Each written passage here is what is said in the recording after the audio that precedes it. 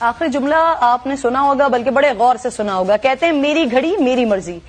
خان صاحب مان لیتے ہیں آپ کی گھڑی آپ کی مرضی، یہ بھی مان لیتے ہیں کہ آپ کو قانون اجازت دیتا ہے کہ آپ گھڑی رکھیں یا بیچیں، لیکن خان صاحب ذرا ٹھہر جائیے.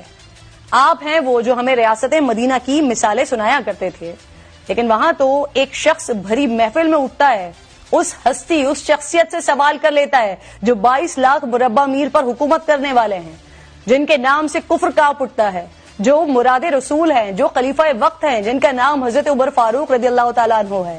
اور وہ شخص ان سے کہتا ہے کہ ہم اس وقت تک آپ کی بات نہیں سنیں گے جب تک آپ ہمیں یہ نہیں بتا دیتے کہ آپ کے پاس یہ 2 یمنی چادریں کہاں سے آئیں.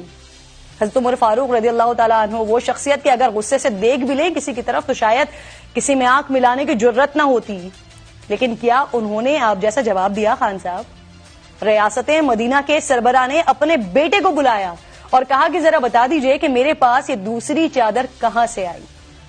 خان صاحب، اگر مثالیں ان کی دیتے ہیں تو ان کے جیسے بننے کی کوشش بھی تو کیجئے. یہاں مسئلہ صرف آپ کی گھڑی بیچنے کا نہیں ہے، بلکہ کم قیمت لگوا کر قومی خزانے کو نقصان پہنچانے کا ہے سر.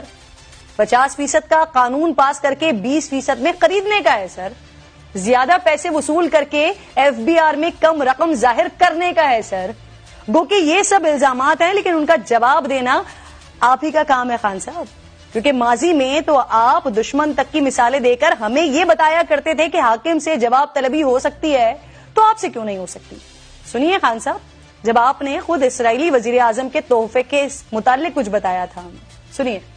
اسرائیل کا پرائم منسٹر نیتن یاہو، اس کے اوپر پولیس نے جا کے اس کو کوسچننگ کی ہے، سٹنگ پرائم منسٹر کو اس کو کوسچننگ کی ہے، اس سے سوالات طلب کیے گئے ہیں، اور انہوں نے خود ہی انویسٹیگیشن کی ہے اور لوگوں کو بھی کہ ان کا جن کا خیال تھا کہ، اور اس کا جرم کیا ہے کہ اس کو کوئی تحفے دیے گئے ہیں. یہاں تو چلتا ہی سارا کام تحفے پہ. آپ نے سپریم کورٹ میں سنا تھا کہ مریم کو کوئی 2 کروڑ کی گاڑی کا تحفہ مل گیا. یہ تحفے کے اوپر پرائم منسٹر ہوتے ہوئے